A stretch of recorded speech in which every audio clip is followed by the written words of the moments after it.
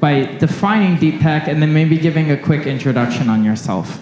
Great, thank you. So I'm stepping in for George, who represents as Associate Director of the Office of Innovation and Commercialization. He's not able to join us today because he's not feeling great. But just to define DeepTech, we look at breakthrough, like advanced science and technology innovation. It could be anything that's starting from like the chips to edge computing, looking at health tech, med tech, all the way to energy and ocean and space. So it covers a whole gamut. And actually I want to ask, this show came out during COVID, but who has watched Devs? And it came out around 2020. It's a very, okay. Wow, that's a great, well, anyway, so I think this is helpful. So take a look at, actually there's a show on Hulu. It was very Silicon Valley-like show. It's around edge computing, and so it's a very way of like, that's like how I look at it as a deep tech. But a little bit more background about myself. Aloha, I'm Doreen. I go by pronouns she, her. I've been working in the innovation space for about 12 years now. I've been in the climate space for over that period. I started off as an engineer, focusing on material science and engineer. I thought that clean tech was going to be the place that I will be. And then I ended up going to grad school and focusing more on management policy. And that led me into working more on the intersection of technology and policy. And so today, I work in the ocean and climate space. How I'm tied to UH, I've been working with the Office of Innovation and Commercialization on some exciting projects. And I can't disclose them yet, but I have been tied to all the entrepreneurs, learning more about their journeys, and then the work that they're doing. And yeah, I'm delighted to be here today. Awesome. We'll go down the line, Greg. My name's Greg Rochelo. So I'm the CEO of a small business located out in Waimanalo, Makai Ocean Engineering. We're about 45 employees, and we've been in business for about 50 years. My own sort of career, so I started out as a chemical engineer in school, really enjoyed it, but didn't want to do that for a job and knew I wanted to move back home to Hawaii. So I knew there were a few tech jobs out here. I knew there was a lot of ocean-related work. So I went back to University of Hawaii for grad school, got an oceanography degree, and then just hunted around for a job and got a job at one of the local small businesses here. Over the years, I got involved in a lot of different stuff at that company. I've been with them for about 15 years and took over as CEO in about 2020. So we're involved in a lot of different work, a lot of commercial work, a lot of government work, both energy, Navy related. So a lot of different stuff we do as a small business. Hello, so my name is Olga Boric-Lubecki, and I'm a professor of electrical and computer engineering at UH Manoa. And I'm also a co-founder of a startup company, Adnoviv, that is focusing on smart buildings. So I came to UH in 2003, and in 2007, I co-founded my first startup company, Kai Medical, that was focused on commercializing tech transfer technology for respiration monitoring. And my second company, Adnoviv, is also a tech transfer company from UH. Isar? Hi, everyone. My name is Isar Mustafanejad. I'm founder and CEO at Nalu Scientific. We're a small business focusing on designing advanced microchips and microelectronics, mainly for government applications. Our end users are the scientific community, national labs, universities that are using our microchips for measuring time down to a picosecond resolution, essentially a trillionth of a second. So very precise measurements, they use our microchips. A little background about myself. I have my bachelor's, master's, PhD in electrical engineering. I came to UH to pursue a PhD in electrical engineering in 2006. Olga was my professor, and the reason I'm here today is because of her, so thank you. And I learned a lot working with Olga over the years. She offered a full scholarship to me, and that's how I pursued PhD in electrical engineering, focusing on biomedical devices, essentially. My first job was at Olga's company again, so I learned a lot there again, going through FDA approval, 510K. That was back in 2008, 2010 to 2012. completely different environment. But yeah, so after that, I went back to the university, this time as a postdoctoral fellow in the physics department, and worked with another gentleman named Gary Varner. He passed away last year, unfortunately, but he was another mentor that I've had over the years. And the idea to start Nalu Scientific came to me while working at the university again. So, and that's when I started the company in 2015. So we've been in business for almost 10 years now, nine years and change. I think I can park it there and come back to it for more. Awesome. No, that is. Thank you for sharing your backgrounds. And I think I want to get started by just setting the landscape of how much deep tech has grown over the past decade. I think if you were to go back 10 years ago, roughly, to kind of 2013, 2014, there was roughly 20 exits per year in the broader deep tech category. I think the average value was about 14 billion from the great notes that we have here. Now, as of 2018 to 2022, that number has jumped up to an average of 50 exits and exit valuations in the hundreds of billions. So like a 500% increase. And that was reported by TechCrunch, and there's also been some incredible venture capitalists that have written extensively on this. I know we share love for Leo Polovitz's incredible piece that de-risks, that talks about kind of the de-risking of the industry overall. And I do think a big part of that has been, at least here locally, what the University of Hawaii ecosystem has done. We had Jim Dean in here presenting on Monday night, talking about how I think there's around 500 million, it's probably give or take 100 million, that has been dedicated to research funding to help kind of lift these companies up in the pre-commercial stage and getting them over that hump of commercialization. So, Dory, maybe could you start by setting the stage a little bit on the work that UH is doing, and then we really want to dive into the backstory after of each of your individual companies. Definitely. So OIC, I'm going to use that as a shorthand. The goal is to help bring together the community, especially the student entrepreneurs, professors who are also doing breakthrough research in their labs, or maybe they might have an idea they want to get figure out their patent. And so OIC helps to bring these folks together. There are two core programs that they have, the Patents to Program, which really to help to shape the patents. And so a lot of the researchers, which Olga can share a bit more about her experience in that program, but basically they've had 13 researchers that's participating in the program. They're running their second cohort now, and that's an avenue to get into the program and get support there. Another one, which I'm more closely working with, is the High Tide program. So they had about 100 different companies, and these companies kind of very early stage. So High Tide is like an incubator program that provides support. So when you think about students, I'm actually thinking about, so I didn't go to school at UH. I went to school on the mainland.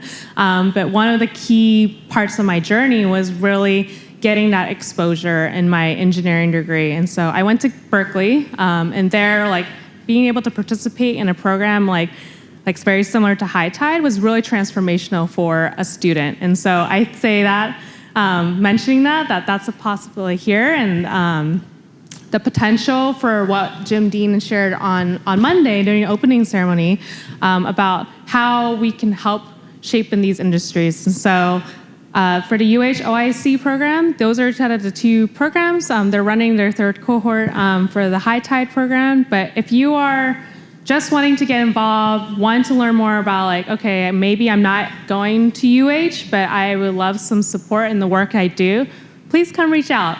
Happy to connect you to George, who wasn't able to make it today, and also Jim Dean, who are leading this great work. And this is a chance for us to help bring in the innovation. And I remember there was a quote yesterday about how when you have a big metropolitan city and there's a university tied to it, that's where we really see some really cool stuff that happens in the tech space. So really excited to see what we can do here in Hawaii. And I think part of that is, when we think about, just say building a software company, which is a little bit more along my background, although I worked in deep tech the past 2 years, you can flip a switch on, right? I can fire up AWS bucket or AWS cluster really quickly. the work that all three of you have worked on takes typically decades at times for just the research to get there. Olga, you're a professor of electrical engineering at UH. A lot of your companies have obviously came through the departments and the research officer. Could you maybe just dive a little bit deeper in your backstory and how that kind of intertwined coming through the system? Right. So first of all, UH has been instrumental for both of my companies, right, for formation and for fostering involvement. And I can tell you that the way that UH handles company has changed a lot since 2007 in a good way. So in 2007, this was relatively new for University of Hawaii. We didn't have a lot of agreements in place. And we were probably kind of guinea pigs with the first company where a lot of these mechanisms were tested. So, conflict of interest management and that sort of thing. So that's all in place now. So that's the first part of the story, which is kind of necessary, not particularly exciting, but necessary for anybody who wants to work on a spin-off from a university, right? The second part of the story, because both of my companies were essentially hardware companies, or I should say maybe more of system companies where we actually build our hardware and also had our proprietary algorithms. That is, as you mentioned, it takes a lot longer time for a prototype to be functional enough so that you can actually show it. And more money, right? And more money, right. So the hard thing is you need more upfront investment, right?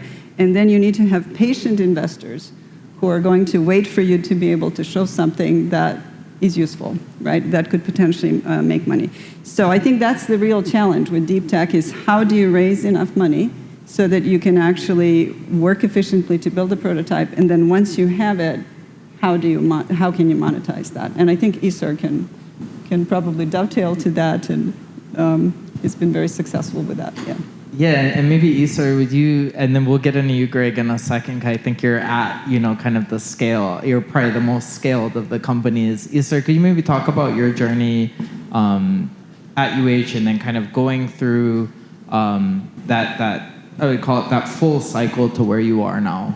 Yeah, excellent. Well, thanks a lot for putting this event together, Michael. I think you're doing an amazing job, and we need to get the word out there. So thanks I'm a little bit bummed. See, this is like I'm very self-critical, and how I put Guy at 3 and not at like 5 is I messed that one up, everyone. But this is still a really good crowd. I think if you were to look. I love it. I love it. It's just hard to follow Guy's path. That's the thing. Everybody's going to be so bored out of this. But, no. This is. I would argue. The pitch comes after the hard work. Okay.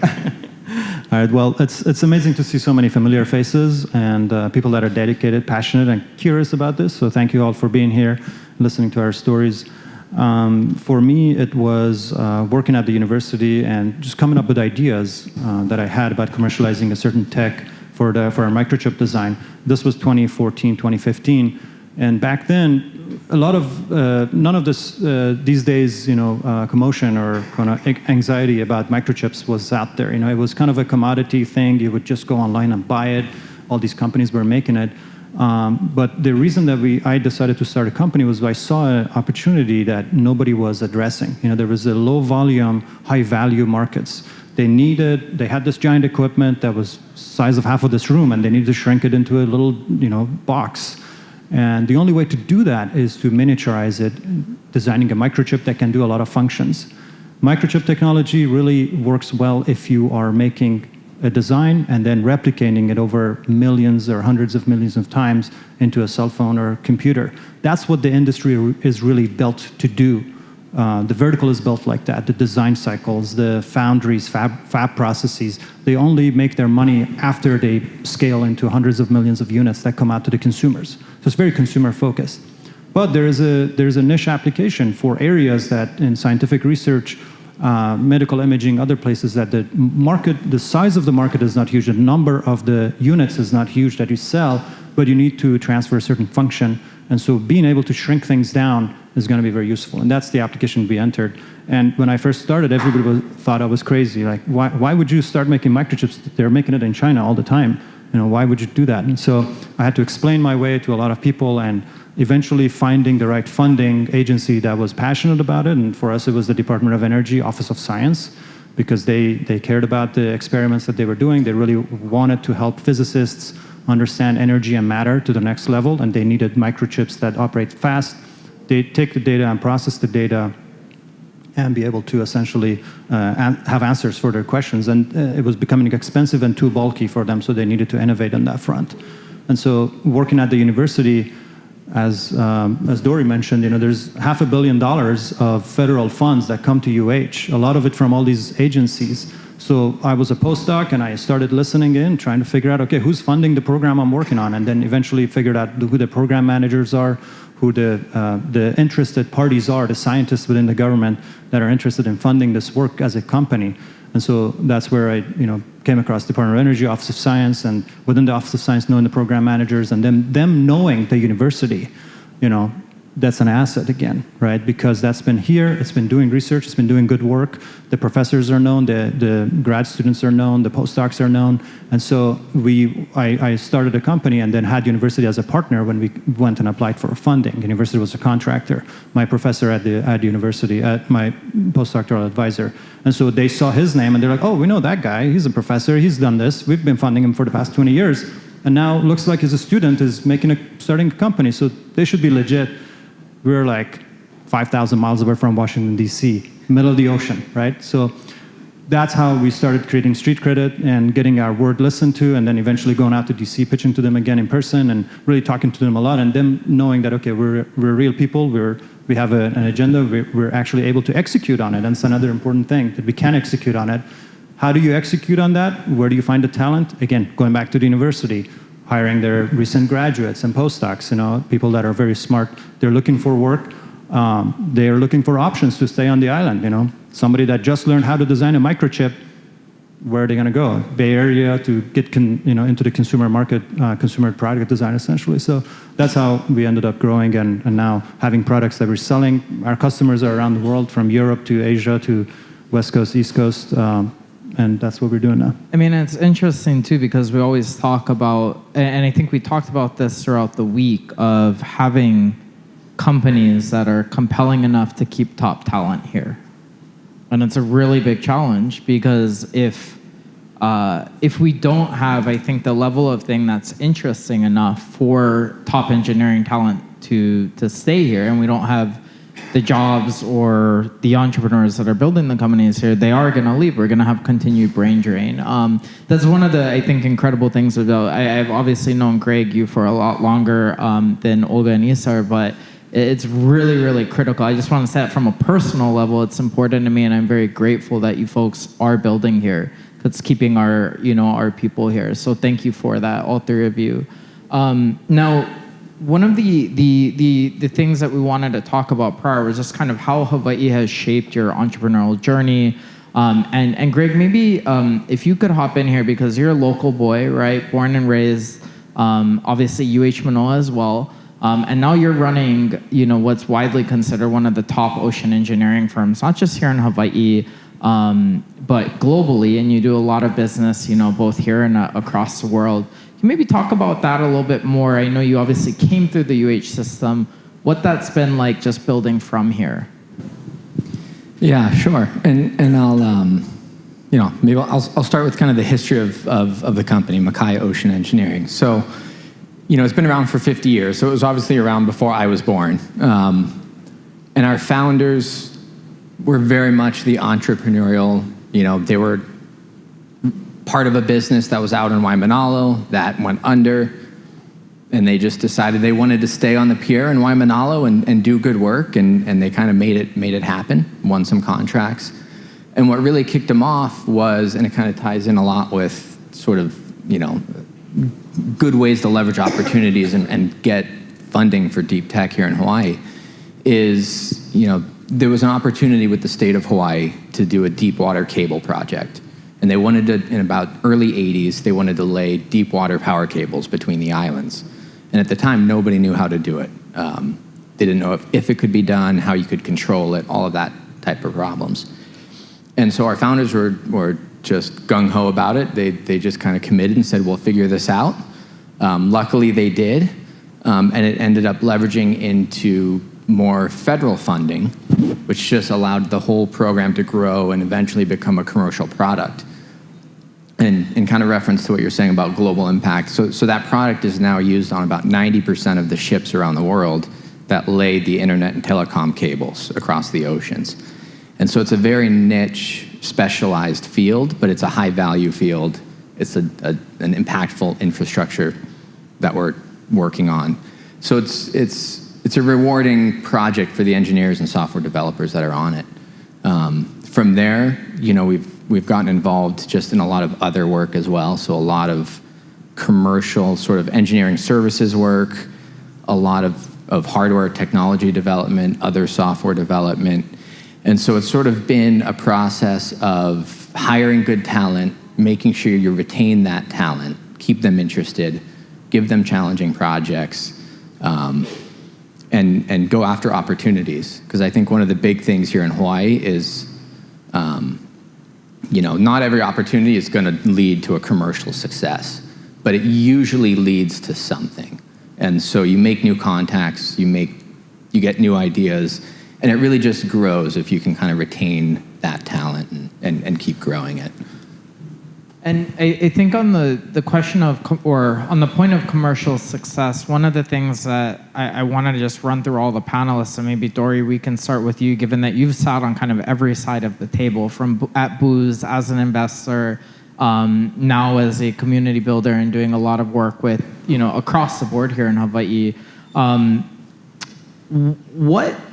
What have you folks seen that you wish you would have known maybe earlier, and for the entrepreneurs either in the audience or that are going to be watching this after, about the commercialization process, whether it be very tactical for here in Hawaii, groups like HTDC, UHOIC, all the way through maybe some of the bigger picture things that are impactful to anyone watching from around the world?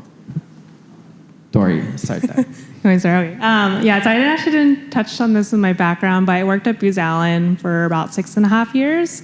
I was in the actual climate sustainability consulting side, and then I was living in DC at the time, and then I moved to San Francisco, closer to some family, and I have family here in Hawaii too. But I worked out at SF office. We helped to set up the foundations for a corporate venture arm, and that launched in 2022 as a $100 million fund, investing in dual-use technologies, so startups that are working on developing innovation that can also be used in the government public sector space and for other commercial applications as well. But talking about commercialization, what came up to me was that a lot of the companies that I see when I was living in San Francisco, I noticed that, great, you have a really exciting technology, a really exciting product, but who's your customer, right? And oftentimes I would say a lot of the non-dilutive funding, so getting support with federal grants and state funding, really helped to kind of basically remove some of the barriers for getting that first pilot for technologies, especially in deep tech, where it's very capital intensive. And so that's one thing I wish that I had known when I was starting off and learning more about this space was how do I help support these innovators? And one of the big things is okay, let's look at some of these grant funding opportunities that are out there. And Isar and Olga and all of the great speakers here have all touched a bit about how this leads to the next thing. And so that's kind of one of my, advice and suggestion is to, if you are building your company or your product from the beginning, start looking at those grants and looking at those opportunities, because that could really help kind of take that barrier away and also help unlock some new potential opportunity. And maybe we'll go down the road this way. So, Isar, I think one of the things we talked about was really understanding the signs of early revenue, how to bring in revenue through the prototype stage. I mean, you've raised, I think, over $10 million, right, in your career. How did you get people to give you how do you get people to give you the check? It's hard, yes, Yeah. Especially for hard tech. You have an idea on the napkin, or maybe a page written about what you want to do, and you have to convince people. So again, for us, I knew it's not going to come from private. Absolutely, I was 100% sure about it. I had been in startups before that we went through the private route. Luckily, they were some of them were hardware, some of them were software. So I learned a lot through that process. I had a company that went through Blue Startups, for example, so I learned a lot about customer discovery. Being a technical person and an engineer, I love building things, and sometimes as an engineer, I like to be in my own cave, make things, and I really like it when it's like a nice round shape or a square or whatever, but who's going to buy it, how much they're going to pay for it? That's customer discovery that I really needed to learn. So I owe all of this to like going through Shanoa's program at Blue Startups with another company, and HTDC's programs and their speakers that they came in and taught us. So my idea to start a company and how to fund it really came from an event that HTDC was sponsoring 10 years ago, or maybe 12 years ago, and how to find funding for it through potential government applications. And they ask a lot of questions. You write a proposal, they ask you, okay, this is the technical thing you want to do, and this is the end user. How are you going to commercialize it? And I was like, wait, what do you mean commercialize it? We're going to make it, they're going to come and buy it, right? It's going to be like that. If you make it right, they're going to come and buy it for sure. Not really. And so I've been told over and over, and I've seen over and over myself, every time we make something new, fancy, nice, it's going to take some time, and then the end user is going to be different than what you had in mind for it, and that's been happening to us.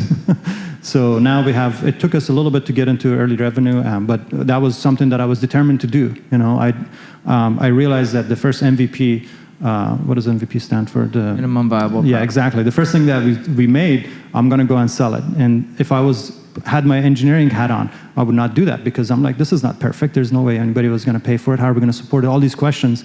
But because I had the business hat on, learning from Blue Startups programs, HTGC, other people, that I knew I had to go out and sell it and then just see what they say about it. When somebody pays for your product, that's when they're really going to use it, kick the tires. If you give it away for free, it may just sit and eat dust, basically. It's hard to get, the market is such great feedback, right? Olga, you have this, you've worked across all these like kind of very complex spaces. You've dealt with the FDA, you've dealt with the IRA, so you have Kai Medical, now obviously energy tech.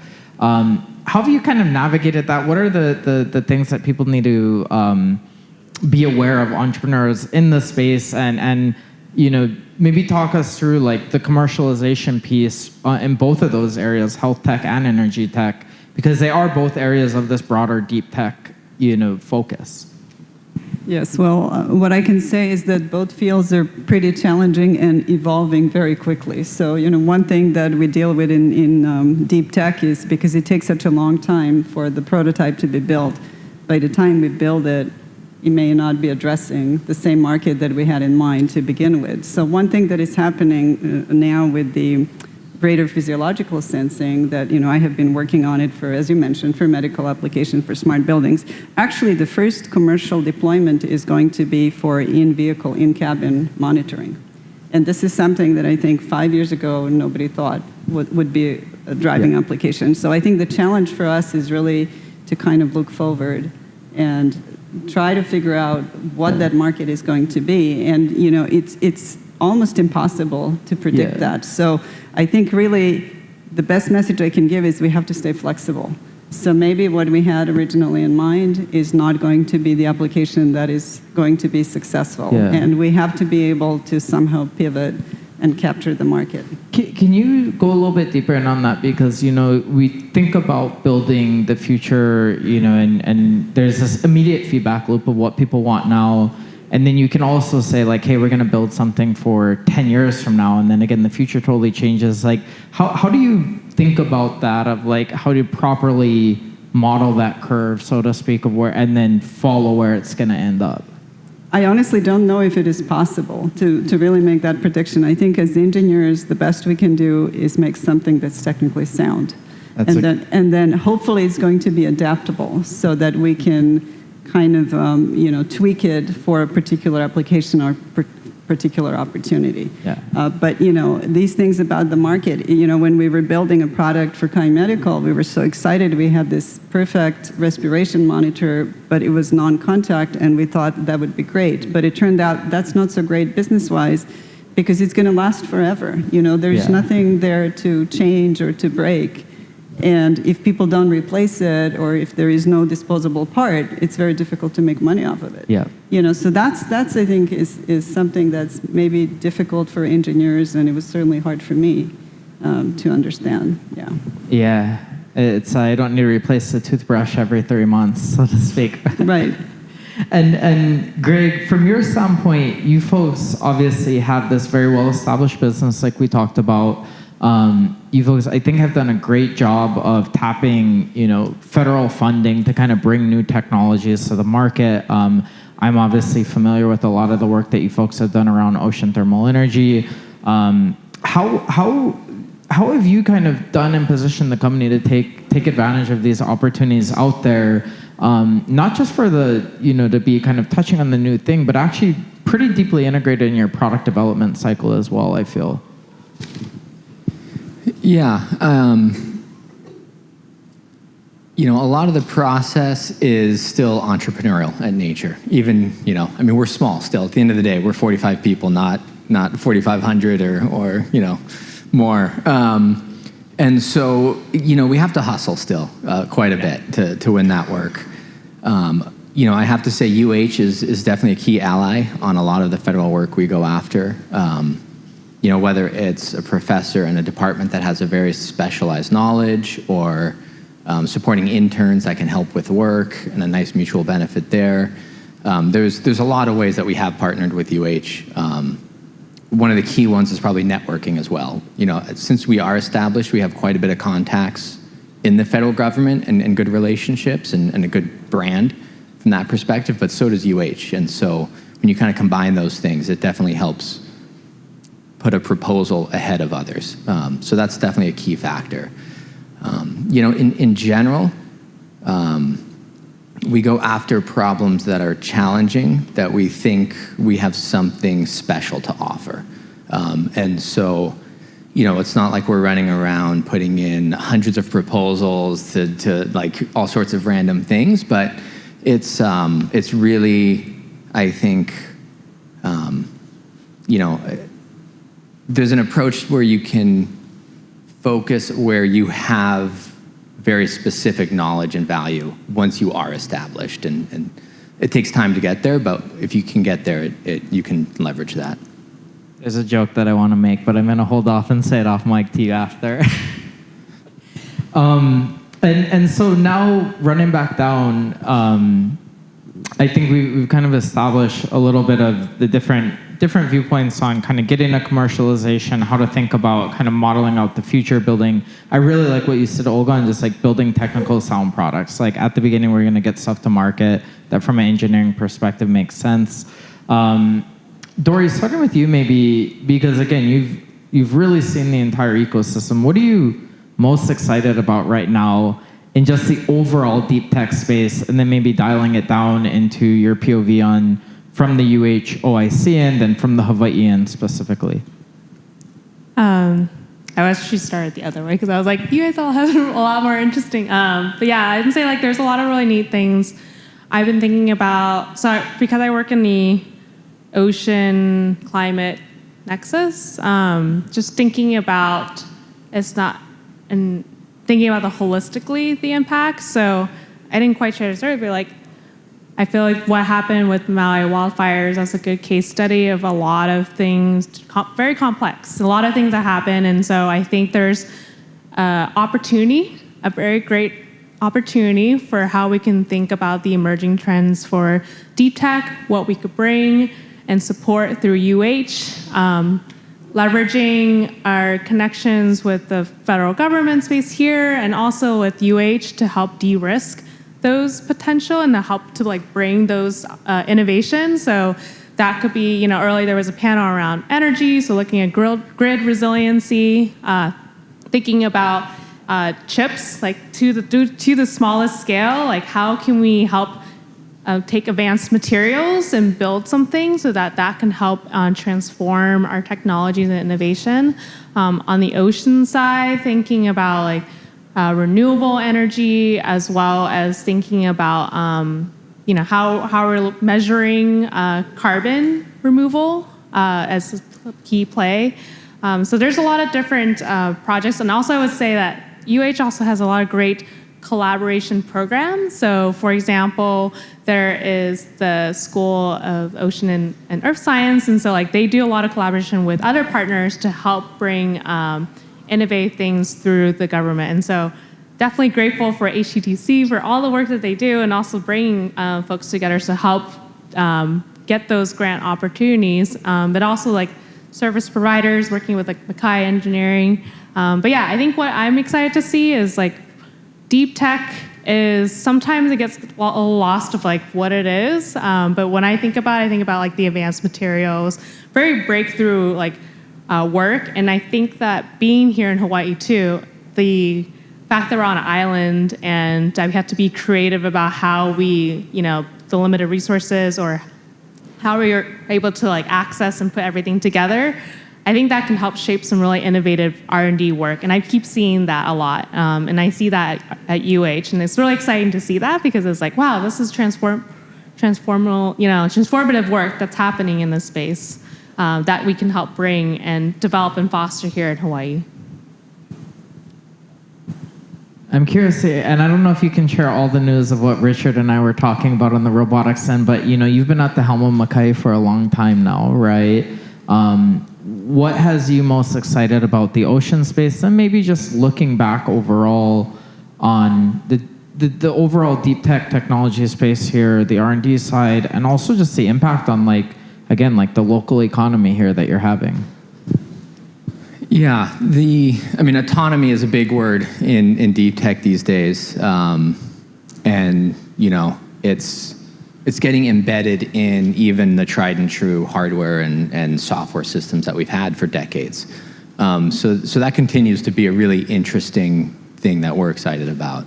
Even our software that's been established for 20, 30 years that we have a pretty good stronghold in the market, we're bringing in autonomy into it so that it's automatically does things that users have been having to click 100 buttons to do and take hours, And then, we're doing a lot of work with Navy and DARPA and other agencies to do machine learning and different autonomy type systems and tying that into our hardware systems and just building up those skill sets through that work. So I was like, it would be great to talk a little bit more about the DARPA project. Maybe you can share a bit more like what that is and. Yeah, so we're working on one project actually with UH and UH ARL in particular, and that one is a artificial reef project that they're trying to grow and enhance coral growth and reduce wave inundation at the same time. And so that's a pretty big project. We're partnered with UH on that one. We have other projects with DARPA where we're doing more subsea sensor type work and. Really, we're building underwater robots from Hawaii. I don't know, maybe I'm just a nerd, but that type of stuff gets me so excited. And then Olga, going from your standpoint as well too, even down in manufacturing off-the-shelf products, you've from the work at Kai Medical to Adnovid, you've seen everything. I feel. Over your career, and you've seen your students as well come through.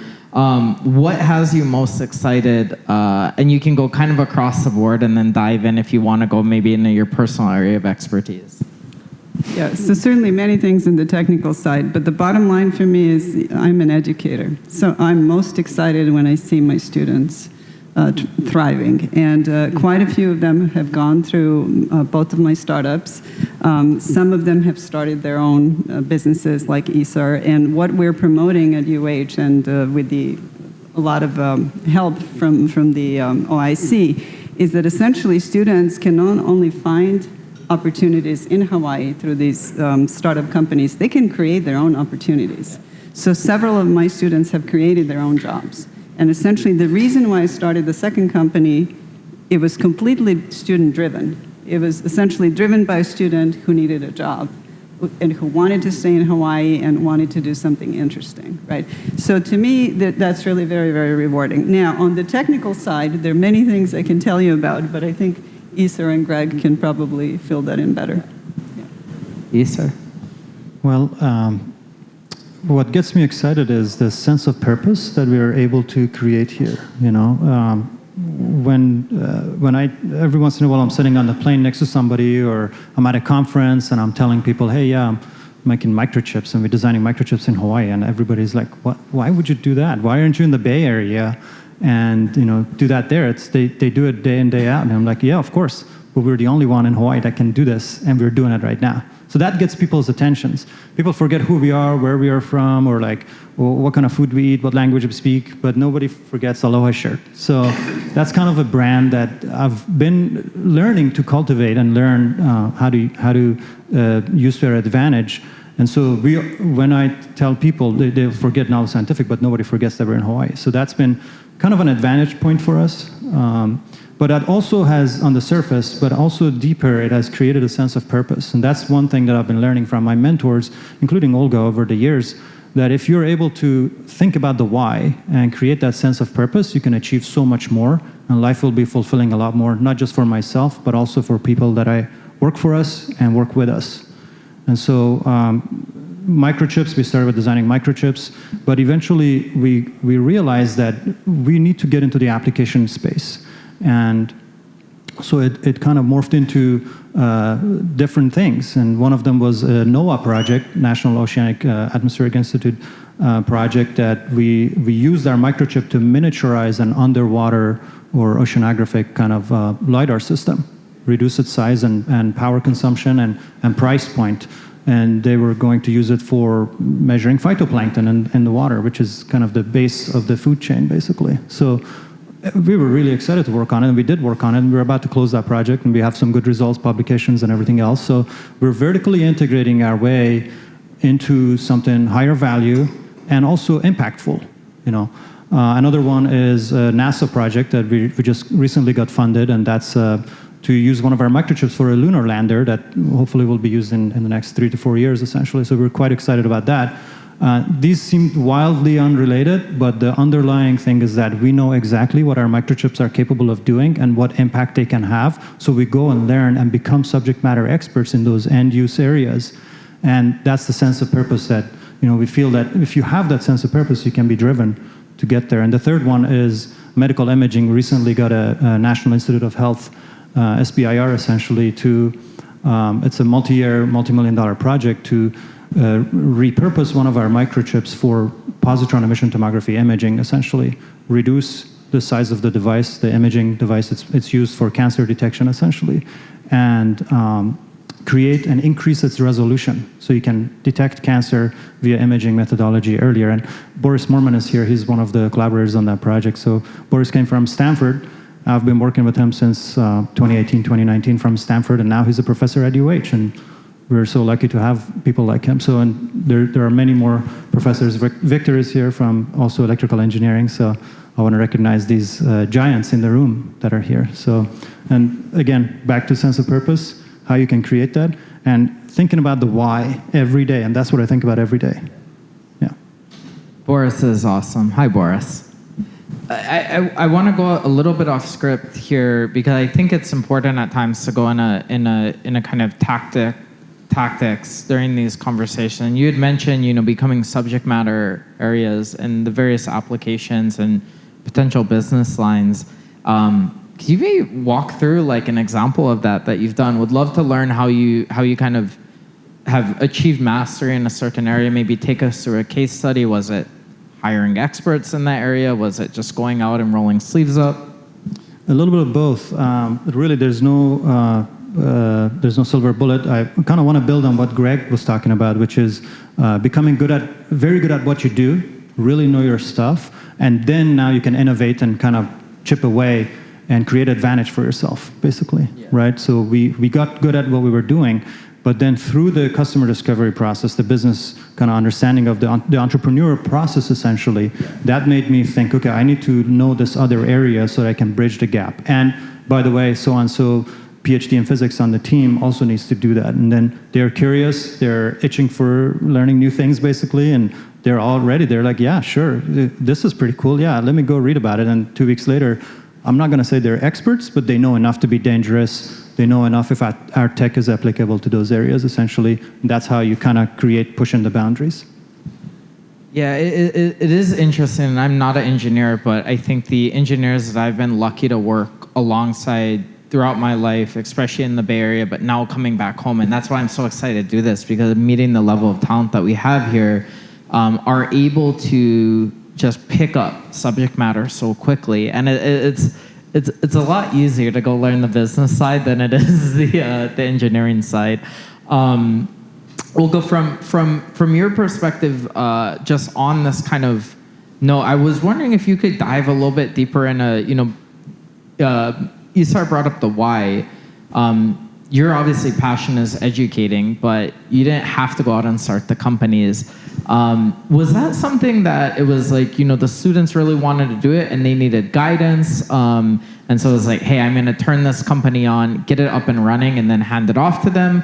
For people that maybe don't know your background as much, can you take us through what that process looked like? Because I would imagine that there are other educators that are out there, whether they be at UH or otherwise, that could probably learn from that example. It's something that's very scary, I think, for a lot of educators to kind of dip their toe in there.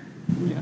Well, first of all, Michael, I'd like to say that it's not easy for engineers to learn the business side. Easier than for us to learn the calculus. I would say I find it incredibly challenging myself. So, but in terms of starting companies, so the real reason why we started the first companies, Victor and I think we felt like we wanted to see our research in the real world. We wanted to see it connected to a real application. So that was the driver for us. It is fun to do research and work on projects in the lab, but we really wanted to see that impact. So that's something that I think is also very important on the education side for our students to understand how what they're working on can be related to everyday needs, right? So that was really the driver for the first one. And then when we started the first company, we actually started it with several students from our lab who were graduating. Dustin Shindo took us on, and he was involved with that. He led it. He's speaking on Friday, actually, at UH. Yes. So because of Dustin Shindo, we were able to raise money very quickly. So he has that effect. Yes. So now with the second company, that was completely student-driven. And honestly, after the first one, I said, I'm never going to do this again. Because it was exhausting. It was absolutely exhausting, and our children were very small at the time, and we were just juggling way too many things. But then, in 2013, when a student came to me and said, I really want to do this, can you help me? I wasn't going to say no to that, right? So it was really 100% student-driven, and I mean, the complete credit goes to, that was my PhD graduate, Chanyan Song. She did a fantastic job, really, with raising money initially from National Science Foundation, and did a lot of work on the development herself. Yep. So I would say, for me, it was a combination of things, really wanting to see a product in the real world, and then also wanting to be part of something that my students were interested to build. Yeah. Very cool. And then, great for you, and I'm a little bit off script here, but just given that, I think we've known each other for a little while now, I think, again, you went through UH, you went away, you came back home. Now, Isar mentioned the why and the mission and everything. I'm curious to hear your perspective as a local boy, because I know growing up, we tend to have such a heart for coming back home and building from here. How has that been for you? How do you just feel about it? I would imagine a huge sense of pride. Also maybe some pressure as well. Yeah, I mean, my own personal perspective is, I really wanted to go into engineering and go into the sciences, and I really wanted to live in Hawaii. And, for a little while it was at odds with each other, and it was Hawaii was going to win, so maybe I wasn't going to do engineering. And then, so I kind of have that perspective of how hard it can be right now, when you're starting out, of finding that role. So, there is a lot of pride and a lot of purpose in just creating jobs in that space and being able to hire people out of UH or out of the local high schools and just support that as much as we can, definitely. Phenomenal. Other emerging deep tech trends coming out of UH. I know there's a ton of work, and I think two really interesting kind of final areas that we wanted to touch on are, what are the other things that you're saying? I mean, Dory, I know that you're working with, project. We talked about coral reefs, but we have projects on shark tagging. That's one area that I kind of want to go through the panel and talk about. And the other one is just really for people that are out there getting involved with the system, coming into UHOIC, both areas of opportunity to look at, and then also tips and recommendations and advice from you three. Maybe we can start by just going down the line, starting with you, Dory, of UH-specific and opportunities that are emerging there. What programs should people be looking at, whether they're entrepreneurs, whether they're investors? What has your eye? Yeah, so I mentioned earlier 2 programs. There's the patents to product, and then there's also the High Tide Incubator program. So actually the High Tide application is open. It's due in mid-October, and so it'll be $25,000 to help support the company, as well as a potential matching of SBIR $25,000 to help to support that as well. So what I was mentioning earlier too is that you don't have to be exactly tied to UH directly, and so if you have an idea or you want to work on your IP, please come talk to the UHOIC team. George is not here, but I'm happy to represent for him. And then as well as Jim Dean, they're looking at ways to bridge that, right? So like we have great students and professors. For those who were there yesterday, Hohonu, and also they'll be part of the next panel. Brian is right here in the, hey Brian.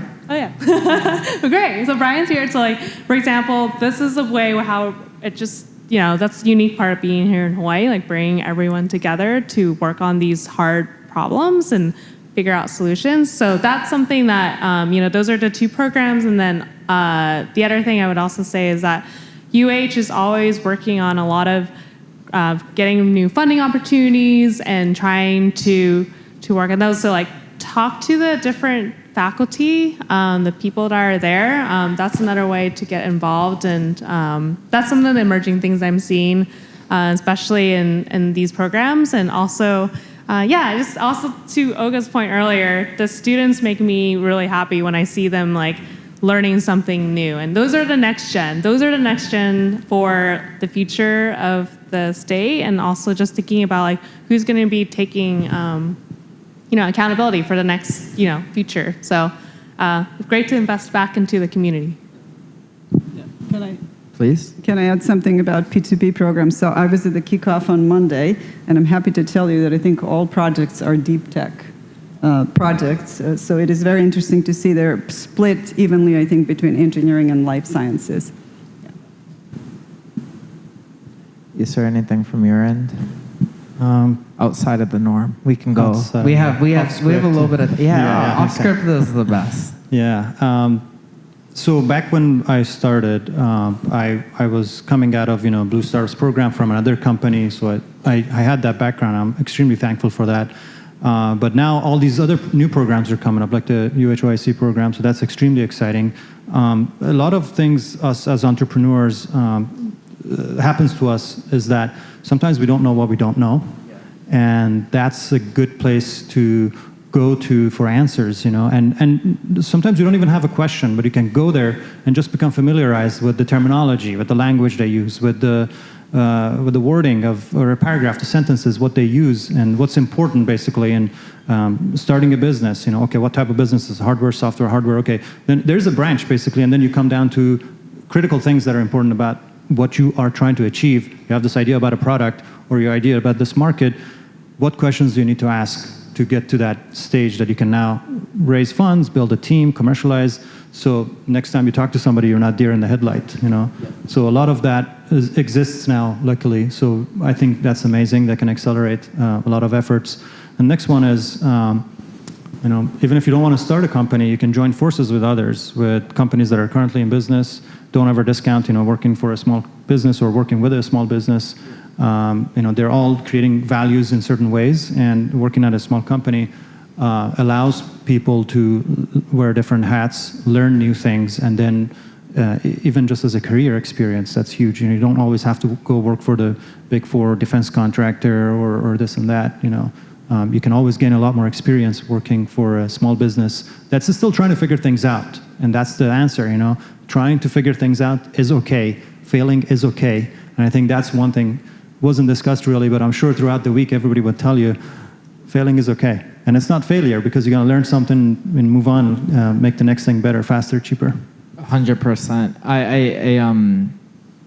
I think that is one of my goals, at least with putting on this week and bringing it together, is just to increase the number of engineers that are moving into the deep tech space. I think that is going to be really the stated mission of Honolulu Tech Week, not to shill my own bag, is really to accelerate the talent, the capital, and adoption coming in the tech space. And again, I just am a very firm believer that this is an area that we need to be like laser focused on. Like 100 more of you coming in, right? 100 more of our local boys and girls. Wahine's and Kane's, deciding that, hey, we're gonna build here and we're gonna build important stuff. Greg, from your end, I'm curious, and I know, again, curveball questions here, but this is where the fun happens. Pausing Ocean Tech side, what has you excited? What are you looking at right now outside of that? You can't say Ocean Tech, but from a deep tech side, what has you super duper excited about the future? That is a curveball. I know, that's why it's fun. Let's see. I mean, at the end of the day, our world is facing a lot of challenges. I think it's not that, it's definitely not something to be excited about, but it's something we're all facing. And I think, seeing even some of the work we do and seeing a lot of companies come in that are trying to address those gives a lot of purpose. And I think, there's at least something to be positive in that for sure. That's, there's some excitement there of seeing people really trying and getting involved in the space and doing meaningful things. So anyway, that's a little bit of a downer, but No, people are getting involved, and I think for good reasons, and it's good to see. Yeah, I don't think it's a downer whatsoever. I think we have to face reality, and then again, we're all hopping in. We're in the same va'a. How much time do we have left? Do we have some questions from the crowd? And one thing I want to do is just by show of hands, how many people are either currently or have been involved within the UH system in the past that are in the audience here, one or another? Oh, that's awesome. So we have roughly half, right? What about just HCDC or broader kind of some of the agencies that were talked about today? A couple here too. Phenomenal. Awesome to see. Do we have, there's a bunch more questions that I could ask, and I think a bunch of stuff that I have one or two final things that I want to just wrap up with Dory on the CTA side for, again, getting people involved. But are there any questions from the audience? And we can go around. Oh, perfect. Thank you for being here, Jen. If you just say your name and then the question. Hi, everyone. Aloha. My name is Jennifer Mora. I kind of stumbled across this presentation, actually. I wasn't too clear about deep tech. So my question is, this is my first introduction to deep tech, and I come from a background in data analytics with some experience, minor in data science. Much of what I heard today seems highly technical, and it's very closely tied to the universities and the accelerators. I'm curious to know if there's a space for professionals like myself and some people that I've also talked to that have similar backgrounds in data-driven roles, but less technical or maybe more even the business side, and who don't really want to start a business, but they're eager to explore this space and contribute to it. Is there a place for us? What would you recommend to someone like me and people that I would be talking to about this?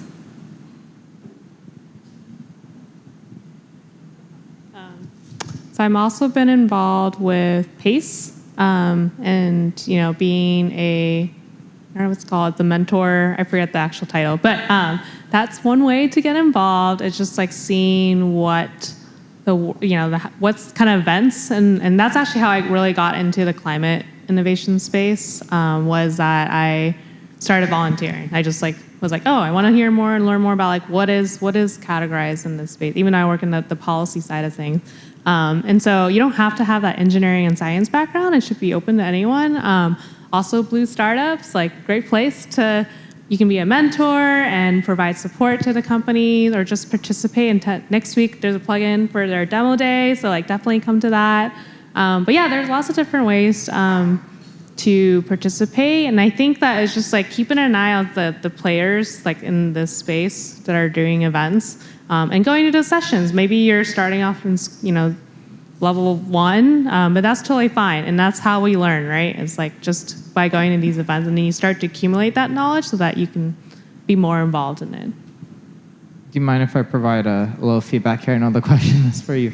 I think from my background, I was studied finance, went to a big public accounting firm first, and moved into technology and did a lot of GTM. And I would say, while we have people like Isar and Olga and Greg who are all, I would say, top tier on the business side as well, if you aren't in maybe the engineering or the heavy engineering side, half the company is going out selling and marketing, doing the other stuff. And so my personal mission at every company I worked at, whether it was deep learning back in before AI was cool, to ocean thermal energy, is help remove as much of the work that the hard engineers need to do on the engineering side, making and taking care of whether it be the business side, the marketing side, the finance side, so they can do what they do best. And that's like at a very practical level, is that our job is to be partners if you aren't on that.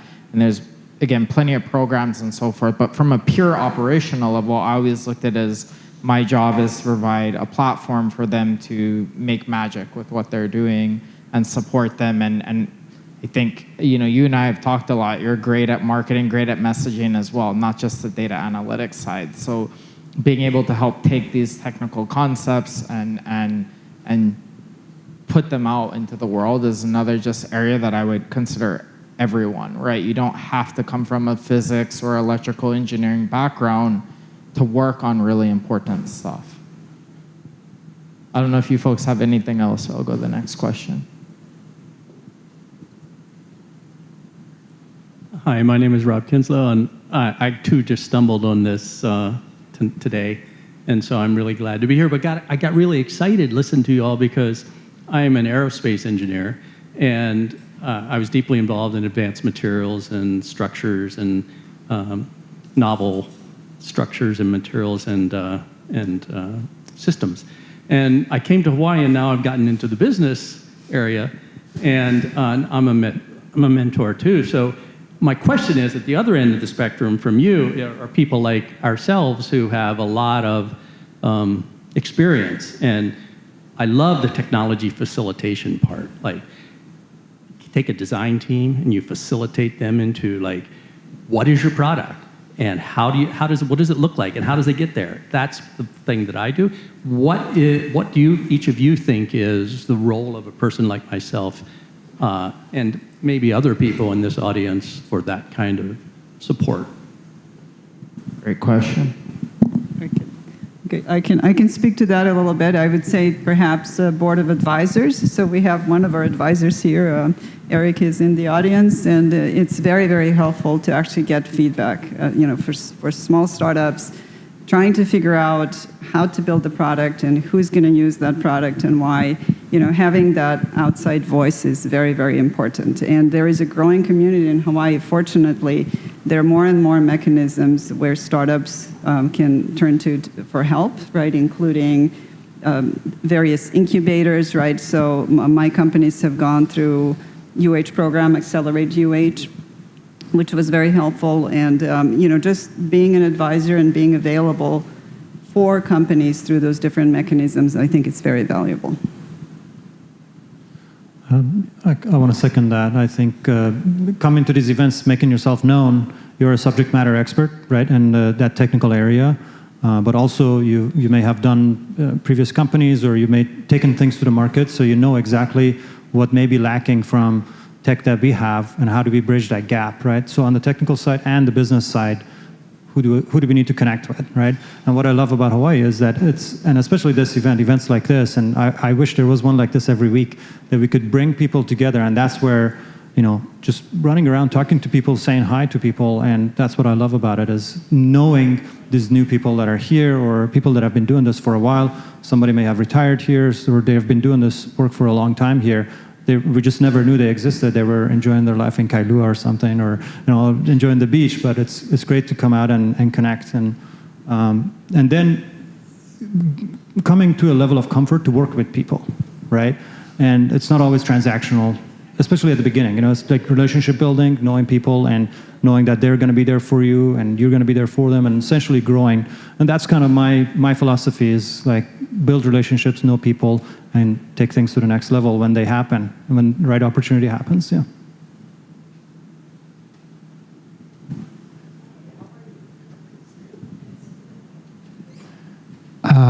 My name is Fadi Mahmoud. I've done hardware and software, 33 years, mostly Silicon Valley. I have to say that after 33 years, I can still get inspired. And I'm not bullshitting, I'm being honest. The question I have is, what gaps and challenges do you have today, whether it is technical or non-technical? And I would imagine it's just general Hawaii ecosystem, or are you talking about broader? What keeps them awake? Got you. Each individually. Awesome. Well, a lot of it is the things you don't know, right? And I'm getting more scared of those. First, when I started, I was oblivious. I was happy, like always, and I'm still happy, and still go out with a big smile. And people ask me, why are you so happy? Like, you're going to run out of money tomorrow. Why are you so happy? I'm like, that's who I am, But a lot of it was because I didn't know a lot. So that created some courage, not a good thing usually, to kind of go over and then eventually have that leap of faith. And sometimes you make it, sometimes you don't, right? But as I progress, and now I have a family and small kids and a wife, and life is busy, right? So what do I not know? And a lot of those things are coming up, like the things that I don't know. So now I'm at a stage that there are lots of things that I don't know, right? So that's the scary thing. And it changes from day by day, There's some day it's having a good ERP system that can help you with running your R&D program, right? And so that I can free up my mind. Good accounting and job cost accounting, government compliance system, things like that. We've been duct taping a lot of those over the years. So a lot of systems and methods, processes, just to run things that as an engineer, I never thought about it. And I was doing it. It was taking a lot of bandwidth and energy, right? How can I free myself up more so I can become available to do things that matter, nobody else can do, right? And I'm hoping to create that version 2 essentially over the next few months and essentially a year, so that I can free up. And now AI is going to come in, right? That's going to help a lot. And so I'm working on implementing, creating a method within the company, use policy, acceptable use policy, what we're going to use it for, how we're going to use it for, right? And, and have a backup plan, right? So I'm getting mentorship in a lot of those things. Well, so there are many anxieties that I have in related to businesses and life in general. But in business, I feel that it's always this kind of race between the tech and the business side, right? And maybe on the business side, we want to promise something, but then we have to deliver on the tech side. So, the anxiety is always, can you deliver what you promised? And can you raise enough money? Can you pay the bills? So it's a cycle, right? That I don't know how to solve it, right? Yeah. Yeah, I mean, it's similar. It's you want to win work and keep growing so that you can keep your staff motivated and challenged and just grow and have new positions. But then you get busy and you slow down on winning more work and business development, and then, because you're executing and you're never perfectly in balance. So, you're always worrying a little bit about one or the other. But I think that's just part of the process. One thing that could help potentially is having a second look at the growth and the pathway to growth. Is it a good thing or not a good thing, right? And at the stage that we're in, I think we're in a good size, good place to be. Now we really need to execute on our tech and kind of create an offshoot company potentially that can be taking this and running it into another field. And that will require new partnerships essentially, right? And when the engineering team grows, and we had that, I've had those cycles. It grows and gets out of control, and then You need to make sure that you run the R&D program and everybody is on task, everybody's doing what they're supposed to do, and then also go out there and win new work. So it becomes very difficult and challenging, right? And then we start chasing shiny objects. You know, this fancy ball running around, it's beautiful, let's go catch that. That looks like $sign on it. And then we lose focus and lose purpose, right? So that has happened to me a few times, and I'm trying to train myself into not get to that stage again. Dory, how about you?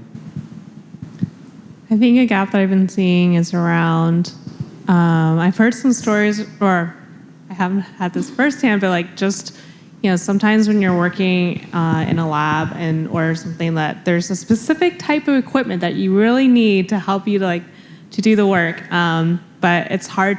And actually, you can just apply it to the everyday life here. Like, you're trying to ship something that is unique, but it's really expensive, right, to bring it here to Hawaii. So, like, I see this opportunity of how we come together as a community to share resources, and everyone comes out here. And that's a very unique thing I love about living here, is like how open and how, like, as you're developing these relationships, you never know like how someone could be a part of that role. And so I guess that is a gap, but also is like there's that quote, right? Someone's trash is another person's treasure. And I feel like there's a lot of a potential and opportunity there. But yeah, personally, I think like as an entrepreneur and also just thinking about small businesses is like, sometimes you just have to, you take that chance. You don't know what's going to happen, but you'll learn something along the process. And also at the same time, you never know that maybe you took that leap of faith and that will lead to something else that will be really transformative. And you started mentioning this earlier, but you can wear like a hat and do multiple different things. So you learned how to do a lot of different things, and that can be applied in somewhere else. And Dory, any CTAs to kind of wrap up for UHOIC specifically, how people, I know you kind of touched on them earlier, but where people should specifically go to, whether it be the website, whether it be reaching out to George and you? Yeah, please. So my CTA is to please reach out to us if you have some exciting idea, or maybe you already have some research in place, you want to develop your IP. Reach out to UHOIC. There's multi-million dollars of funding and research that we really want to help transform. And then also, if you are looking for support, like you're looking for a professor, faculty, students, whatever, access and support, UHOIC is happy to be that liaison and help support that. And then the other thing is that I mentioned earlier, High Tide program is accepting applications. So we'll send out a link through the Honolulu Tech Week. Can I ask you a really dumb question? If they are not a student within UH, are there paths to getting involved? Yeah, I think connecting with the OIC team, that is one way to get involved. And then there's events too that happen too, that will be publicized. And so those are other ways to get involved as well. But yeah, feel free to come and reach out with any questions. I just want to end on saying thank you to the panelists today for coming on. I know, again, right now I think the sexy thing out there within the world of technology is obviously what's happening within the world of AI and specifically, LLMs. Unfortunately, I was too early to the AI wave, and we were just doing deep learning back then. But these are areas that are, I think, often overlooked because the growth trajectory and the curve looks much different than software, just to the actual physics of it, right? But I think we're at a time that we talked about, where the future is going to look a lot different for this stuff. We have the SpaceXs, the Andurils, a lot of the companies out there, and hundreds more, as we talked about within the data. And so I think people are beginning to wake up and realize that. I just want to thank each of you for working on this before it was, maybe the cool thing to do. Because it makes a difference, and I think a lot of you put this ecosystem on your shoulders for a long time. I know I'll make the personal promise that this is an area that I really, really want to focus on. Frankly, I know it's hard to get 50 to 60 people in a room at times to do this, so thank you all for being part. we're at the very beginning, I think, of a very bright future, and this is important to not just Hawaii, but the entire world. So thank you again, Dory and George, for helping bring this all together, and thank you to everyone in the audience for being here. Thank you.